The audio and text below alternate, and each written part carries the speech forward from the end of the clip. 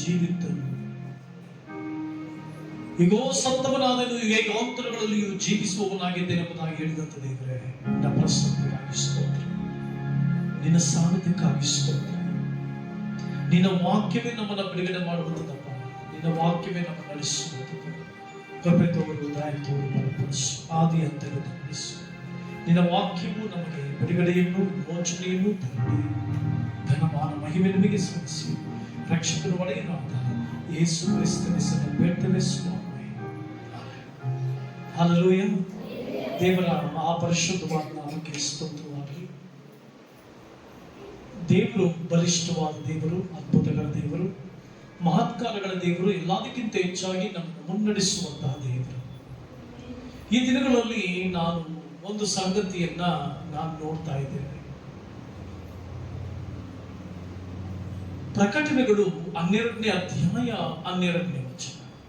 ಅನೇಕರ ಜೀವಿತಗಳಲ್ಲಿ ಒಂದು ಪ್ರಶ್ನೆ, ನಾನು ಪ್ರಾರ್ಥಿಸ್ತಾ ಇದ್ದೇನೆ, ಆದರೆ ನನ್ನ ಕುಟುಂಬದಲ್ಲಿ ಸಮಸ್ಯೆ ಜಾಸ್ತಿ ಆಗ್ತಾ ಇದೆ. ಸ್ವಭಾವಗಳು ಬಹಳ ವಿಪರೀತವಾದ ವಿಕೋಪಕ್ಕೆ ಹೋಗ್ತಾ ಇದೆ. ಅನೇಕ ಸಂಗತಿಗಳು ನಡೆದು ಹೋಗ್ತಾ ಇದೆ. ವೈ? ಯಾಕೆ ಅಂತ ನೋಡುವಾಗ ಪ್ರಕಟಣೆ 12ನೇ ಅಧ್ಯಾಯ 12ನೇ ವಚನ ಈ ರೀತಿ ಬರ್ತಿದೆ. ಪರಲೋಕವೇ ಅದರಲ್ಲಿ ವಾಸ ಮಾಡುವವರೇ ಅಶ್ವಗಳಿವೆ, ಭೂಮಿಯೇ ಸಮುದ್ರವೇ ನಿಮ್ಮ ದುರ್ಗತಿಯನ್ನು ಏನು ಹೇಳಲಿ. ಸೈತಾನನು ತನಗಿರುವ ಕಾಲವು ಸ್ವಲ್ಪವೆಂದು ತಿಳಿದು ಮಹಾರೌದ್ರವುಳ್ಳವನಾಗಿ ನಿಮ್ಮ ಕಡೆಗೆ ಇಳಿದು ಬಂದಿದ್ದಾನೆ. ಸ್ವಾರ್ಥಗಳು ಇವತ್ತು ಹೆಚ್ಚು ಸ್ವಾರ್ಥವುಳ್ಳವರಾಗಿ ಜೀವಿಸ್ತಾ ಇದ್ದಾರೆ. ಕೋಪಿಸ್ತರು ಹೆಚ್ಚು ಕೋಪಿಸ್ತತನದಲ್ಲಿ ಜೀವಿಸ್ತಾ ಇದ್ದಾರೆ. ಸ್ವಭಾವಗಳು ಬದಲಾವಣೆ ಮಾಡಿಕೊಳ್ಳದೆ ಪೂರ್ಣ ವಿಕೋಪಕ್ಕೆ ಯಾಕೆ ಹೋಗ್ತಾ ಇದೆ ಅಂತಂದ್ರೆ, ಸೈತಾನನಿಗೆ ಗೊತ್ತು ಕಾಲ ಸ್ವಲ್ಪ ಕಾಲ. ಯಾಕೆ ದೇವರನ್ನ ಆರಾಧಿಸಲಿಕ್ಕೆ ಜನ ಬರ್ತಾ ಇಲ್ಲ? ಯಾಕೆ ತಮ್ಮನ್ನ ಬದಲಾಯಿಸಿಕೊಳ್ಳೋದಕ್ಕೆ ಜನ ಇಷ್ಟಪಡ್ತಾ ಇಲ್ಲ? ಯಾಕೆ ಬೈಬಲ್ ಪ್ರಕಾರ ಜೀವಿಸೋದಕ್ಕೆ ಜನ ಇಷ್ಟಪಡ್ತಾ ಇಲ್ಲ? Why? It's because Satan knows they have a short time. ಅವನಿಗೆ ಸ್ವಲ್ಪ, ಅವನ ಸಮಯ ಸ್ವಲ್ಪ ಅಂತ ಗೊತ್ತು, ಅವನಿಗೆ ಕಾಲ ಸ್ವಲ್ಪ ಅಂತ ಗೊತ್ತಿದ್ರಿಂದ ಮಹಾರೌದ್ರವುಳ್ಳವನಾಗಿ ಬರ್ತಾ ಇದ್ದಾನೆ. ಸಹೋದರಿ, ನಿನ್ನ ಜೀವಿತದಲ್ಲಿ ಯಾಕೆ ಸ್ವಭಾವಗಳು ಮಿತಿಮೀರಿ ಹೋಗ್ತಾ ಇದೆ ಅಂದ್ರೆ, ಸೈತಾನನ ಸಮಯ ಅವನಿಗೆ ಚೆನ್ನಾಗಿ ಗೊತ್ತು, ಸ್ವಲ್ಪ ಅಂತ ತಿಳಿದು ನಿನ್ನನ್ನ ಉಪಯೋಗಿಸ್ತಾ ಇದ್ದಾನೆ. ಪುರುಷನಾದಂತ ನಿನ್ನನ್ನ ಯಾಕೆ ಅನೇಕ ಸಾರಿ ನೀನು ಅಂದುಕೊಂಡಾಗಿರೋದಕ್ಕೆ ಸಾಧ್ಯ ಇಲ್ಲ ಅಂತಂದ್ರೆ, ಸೇಟಾನ್ ಇಸ್ ಯೂಸಿಂಗ್ ಹಿಸ್ ವ್ರಾತ್. ಅವನ ಕೋಪಿಷ್ಠತನವನ್ನ ಅವನು ಲೋಕದ ಮೇಲೆ ಸುರಿಸುವುದಕ್ಕೋಸ್ಕರ ಬಲಿಷ್ಠವಾಗಿ ಇಳಿದು ಬರ್ತಾ ಇದ್ದಾನೆ. ಸೈತಾನು ತನಗಿರುವ ಕಾಲವು ಸ್ವಲ್ಪವೆಂದು ತಿಳಿದು ಮಹಾರೌದ್ರವುಳ್ಳವನಾಗಿ ಇಳಿದು ಬರ್ತಾ ಇದ್ದಾನೆ. ವಿಶ್ವಾಸಿಗಳನ್ನ ಪ್ರಾರ್ಥನೆಗೆ ಬಿಡೋದಿಲ್ಲ. ನಿನ್ನ ಜೀವಿತದಲ್ಲಿ ನೀನು ದೇವರಲ್ಲಿ ಜೀವಿಸೋದಕ್ಕೆ ಬಿಡೋದಿಲ್ಲ. ಯಾಕೆಂದ್ರೆ ಸೈತಾನನು ಅಲ್ಲಿ ಬಂದಿದೆ, ಪರಲೋಕವೇ ಅದರಲ್ಲಿರುವಂತವ್ರು ಸಂತೋಷಿಸ್ರಿ. ಈಗಾಗಲೇ ಪರಲೋಕ ರಾಜ್ಯದಲ್ಲಿ ಇರುವಂತವ್ರು ಧನ್ಯರು, ಪರಲೋಕ ರಾಜ್ಯಕ್ಕೆ ಹೋಗಿರುವಂತವ್ರು ಧನ್ಯರು. ಯಾಕೆಂತಂದ್ರೆ ಈ ಲೋಕದಲ್ಲಿರುವಾಗ ಸೈತಾನನು ತನ್ನ ಕಾಲವು ಸ್ವಲ್ಪವೆಂದು ತಿಳಿದು ಮಹಾರೌದ್ರವುಳ್ಳವನಾಗಿ, ಸಭೆಗಳೊಳಗೆ ಸಮಾಧಾನ ಇಲ್ಲ, ಸಭೆಗಳು ಕೆಟ್ಟೋಗ್ತಾ ಇದೆ, ಸಭೆಗಳ ವಿಶ್ವಾಸಿಗಳು ದೇವರ ಮೇಲೆ ಪ್ರೀತಿ ಇಲ್ಲ, ವಿಶ್ವಾಸಿಗಳ ಪ್ರೀತಿ ತಣ್ಣಗಾಗಿ ಹೋಗ್ತಾ ಇದೆ. ಲೋಕವನ್ನ ಪ್ರೀತಿಸುತ್ತಾ ಲೋಕದ ಕಾರ್ಯಗಳಲ್ಲಿ ತಮ್ಮ ಜೀವಿತಗಳನ್ನ ಜೀವಿಸಿಕೊಳ್ತಾ ಮುಂದೆ ಹೋಗ್ತಾ ಇರೋದನ್ನ ಕಾಣ್ತಾ ಇದ್ದೇವೆ. ನಾನು ಸೇವೆಗೆ ಬಂದಾಗ ದಾಹದಿಂದ, ಹಣದಾಶೆ ಇಲ್ಲದೆ, ಹಣ ಸಿಗದೆ ಹೋಗ್ಲಿ, ಊಟ ಸಿಗದೆ ಹೋಗ್ಲಿ, ಹಾಕೊಳ್ಳೋದಕ್ಕೆ ಸರಿಯಾದ ಬಟ್ಟೆ ಇಲ್ಲದೆ ಹೋಗ್ಲಿ, ಸೇವೆಗೆ ಹಾತೊರಿತಾ ಇದ್ವು.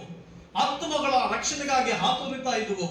ಜನರು ದೇವರನ್ನ ಕಂಡುಕೊಳ್ಬೇಕಂತ ಹಾತೊರಿತಾ ಇದ್ವು. ವಿಶ್ವಾಸಿಗಳು ತಮ್ಮ ಮನೆಗೆ ಆ ಒಂದು ಪ್ರಾರ್ಥನೆ ನಡೆಸುವುದರಲ್ಲಿ ಆಸಕ್ತಿಯುಳ್ಳವರಾಗಿದ್ರು. ಈಗಿನ ಕಾಲಘಟ್ಟಲೆ ಬದಲಾಗಿ ಹೋಗಿದೆ. ಹೀಗಿದೆ ಯಾಕೆ ಅಂತಂದ್ರೆ, ಸೈತಾನನು ತನಗಿರುವ ಕಾಲವು ಸ್ವಲ್ಪವೆಂದು ತಿಳಿದು ಮಹಾರೌದ್ರವುಳ್ಳವನಾಗಿ ಇಳಿದು ಬರ್ತಾ ಇದ್ದಾನೆ. ಪ್ರಾರ್ಥನೆ ಮಾಡೋದಕ್ಕೆ ಬಿಡೋದಿಲ್ಲ, ದೇವರೊಂದಿಗೆ ಜೀವಿಸೋದಕ್ಕೆ ಬಿಡೋದಿಲ್ಲ.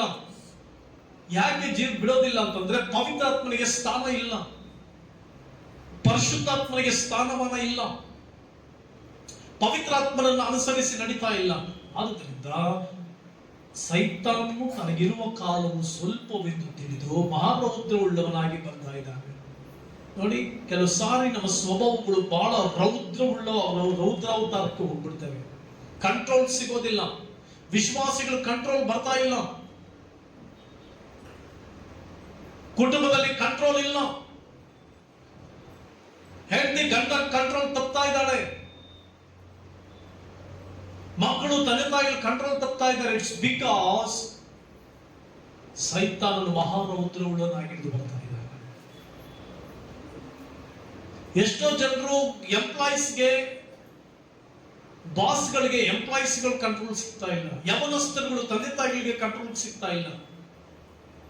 ಕಂಟ್ರೋಲ್ ಸಿಗದೆ ಇರುವಂತ ಕಾಲಗಟ್ಟಲೆಯಲ್ಲಿ ನಾವು ಬದುಕ್ತಾ ಇದ್ದೇವೆ.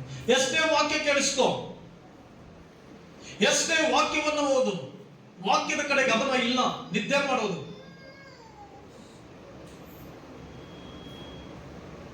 ವಾಕ್ಯದ ಪರಿಪಕ್ವತೆಯಲ್ಲಿ ಜೀವಿಸ್ತಾ ಇಲ್ಲ.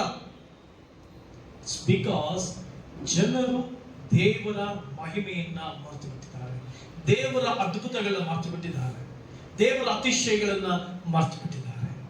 ಆದುದರಿಂದ ಪ್ರಿಯ ಸಹೋದರ ಸಹೋದರಿ, ನಿನ್ ಜೀವಿತದಲ್ಲಿ, ನಿನ್ ಕುಟುಂಬದಲ್ಲಿ, ನಿನ್ ಮನೆಯಲ್ಲಿ ಯಾವ ಸ್ಥಿತಿ? ಸೈತಾನನಿಗೆ ಸ್ಥಳವೋ ಪವಿತ್ರಾತ್ಮನಿಗೆ ಸ್ಥಳ? ಪರಿಶುದ್ಧಾತ್ಮನಿಗೆ ನೀನು ಸ್ಥಳ ಕೊಟ್ಟಿದ್ರೆ ಪವಿತ್ರಾತ್ಮ ನಿನ್ನ ನಡೆಸ್ತಾನೆ. ಸೈತಾನನಿಗೆ ಜಾಗ ಕೊಟ್ರೆ ನಿನ್ನ ಜೀವಿತದಲ್ಲಿ ಅತಿರೇಕಕ್ಕೆ ಹೋಗ್ತಾ ಇರುತ್ತೆ. ಸೈತಾನನಿಗೆ ಜಾಗ ಕೊಟ್ಟಾಗ ಸೈತಾನನು ಕೋಪವುಳ್ಳವನಾಗಿದ್ದಾನೆ.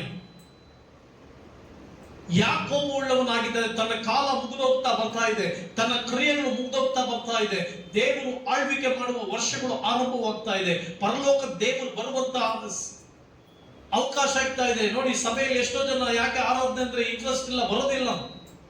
ಸೈತಾನ್ ಮರೆ ಮಾಡ್ತಾ ಇದ್ದಾರೆ ಜನರನ್ನ. ಪರವಾಗಿಲ್ಲ, ಲೋಕದಲ್ಲಿ ಬದುಕು, ಪರವಾಗಿಲ್ಲ, ಲೋಕದಲ್ಲಿ ಜೀವಿಸು, ಪರವಾಗಿಲ್ಲ, ಲೋಕದ ಪ್ರಕಾರ ಬದುಕು, ಪರವಾಗಿಲ್ಲ. ಜ್ಞಾನೋಕ್ತಿಗಳಲ್ಲಿ ಒಂದು ಸನ್ನಿವೇಶವನ್ನು ಬರೀತಾರೆ. ಒಬ್ಬನೊಬ್ಬ ಮನುಷ್ಯನು ಹುಣ್ಣಿಮೆಗೆ ಅವನು ತನ್ನ ಹೆಂಡತಿಯನ್ನ ಬಿಟ್ಟು ಹೋದಂತೆ. ತನ್ನ ಹೆಂಡತಿಯನ್ನು ಬಿಟ್ಟು ಹೋದಾಗ ಈ ಸ್ತ್ರೀ ಸ್ವಲ್ಪ ದಿನ ತನ್ನ ಗಂಡನ ಬರದೇ ಇರುವಾಗ ಆಕೆ ಹೇಳ್ತಾಳೆ, ಒಬ್ಬ ಯವನಸ್ಥನ ಹಿಡಿದು ಬಾ, ನನ್ನ ಗಂಡನ ದೂರದ ಪ್ರಯಾಣದಲ್ಲಿದ್ದಾನೆ, ನನ್ನ ಗಂಡನ ದೂರದ ಪ್ರಯಾಣದಲ್ಲಿದ್ದಾನೆ, ಹುಣ್ಣಿಮೆಗೆ ಬರ್ತಾನೆ, ಬಾ. ಅದೇ ರೀತಿ ಇವತ್ತಿನ ದಿನ ದೇವರ ಮೇಲೆ ಪ್ರೀತಿ ಇಲ್ಲ, ದೇವರು ಬರ್ತಾರೆ, ಬಿಡು, ಯಾವಾಗ ಬರ್ತಾನೆ? ಜನರಿಗೆ ಆ ಪ್ರಸನ್ನತೆಯ ಕಾಲಗಟ್ಟಲೆ ಹೊರಟೋಯ್ತು, ಭಯಭಕ್ತಿಯ ಕಾಲಗಟ್ಟಲೆ ಹೊರಟೋಯ್ತು, ಸಭೆಗೆ ಬಂದು ಕೂತ್ಕೊಳ್ಬೇಕು, ಮೊಣಕಾಲು ಇರ್ಬೇಕು ಅನ್ನುವಂತ ಕಾಲಗಟ್ಟಲೆ ಹೊರಟೋಯ್ತು. ಇವಾಗ ನೋಡಿ, ಚರ್ಚಿಗೆ ಬಂದೇ ಇಲ್ಲ, ನಾನು ಆನ್ಲೈನ್ ನೋಡ್ಕೊಳ್ತೀನಿ, ನನ್ನ ಮೊಬೈಲ್ ಅಲ್ಲಿ ನೋಡ್ಕೊಳ್ತೀನಿ, ನಾನು ಯೂಟ್ಯೂಬ್ ನಲ್ಲಿ ನೋಡ್ಕೊಳ್ತೀನಿ. ಸಭೆ ಒಳಗಡೆ ಬಂದು ಮೊಣಕಾಲು ಇರುವಂತ ವಿಶ್ವಾಸಗಳು ಕಡಿಮೆ, ಪ್ರಾರ್ಥಿಸುವಂತವ್ರು ಕಡಿಮೆ, ಭಕ್ತಿಯಿಂದ ಬದುಕುವಂತವ್ರು ಕಡಿಮೆ, ಭಯಭಕ್ತಿಯಿಂದ ಜೀವಿಸೋರು ಕಡಿಮೆ. ಯಾಕಂದ್ರೆ ಸೈತಾನನಿಗೆ ಅವಕಾಶ ಕೊಟ್ಬಿಟ್ಟಿದ್ದೇವೆ, ಸೈತಾನನಿಗೆ ಅವಕಾಶ ಕೊಟ್ಟಿದ್ದೇವೆ, ಸೈತಾನ ಆಲೋಚನೆಗಳಿಗೆ ಅವಕಾಶ ಕೊಟ್ಟಿದ್ದೇವೆ, ಸೈತಾನನ ಕುತಂತ್ರಗಳಿಗೆ ಅವಕಾಶ ಕೊಟ್ಟಿದ್ದೇವೆ, ಸೈತಾನ ತಂತ್ರೋಪಾಯಗಳಿಗೆ ಅವಕಾಶ ಕೊಟ್ಟಿರುವುದರಿಂದ ದೇವರ ಮಹಿಮೆಯನ್ನ ಕಾಣದೆ ಹೋಗಿದ್ದೇವೆ. ಅಷ್ಟು ದೂರ ಪ್ರೇಯರ್ ಹೋಗ್ಬೇಕಾ? ಅಯ್ಯೋ, ಮನೆಯಲ್ಲೇ ಪ್ರಾರ್ಥನೆ ಮಾಡೋಣ. ಅಷ್ಟು ದೂರ ಹೋಗ್ಬೇಕಾ? ಸೈತಾನ ಹೇಳ್ತಾನೆ, ನೀನು ಅಷ್ಟು ದೂರ ಹೋಗಿ ಪ್ರೇಯರ್ ಏನ್ ಮಾಡ್ತೀವಿ, ಇಲ್ಲೇ ಮಾಡು. ಅಷ್ಟು ದೂರ ನಡ್ಕೊಂಡು ಹೋಗ್ಬೇಕು, ಇಷ್ಟು ದೂರ ನಡ್ಕೊಂಡು ಹೋಗ್ಬೇಕು, ಕಾಲು ನೋವುತ್ತಲ್ವಾ? ನಿನಗೆ ಕಾಲು ನೋವುತ್ತೆ, ನಿನ್ಗೆ ಅನಾರೋಗ್ಯ ಇದೆ, ನಿನ್ಗೆ ಹಾಗಿದೆ, ನಿನ್ಗೆ ಹೀಗಿದೆ. ಸೈತಾನು ತನಗಿರುವಂತ ಕಾಲವು ಸ್ವಲ್ಪವೆಂದು ತಿಳಿದು ರೋಷವುಳ್ಳವನಾಗಿ ಎದ್ದು ಬಂದಿದ್ದಾನೆ. ಎಚ್ಚರಿಕೆ, ದೇವರಿಗೆ ಸಮಯ ಕೊಡು, ದೇವರೊಂದಿಗೆ ಜೀವಿಸು.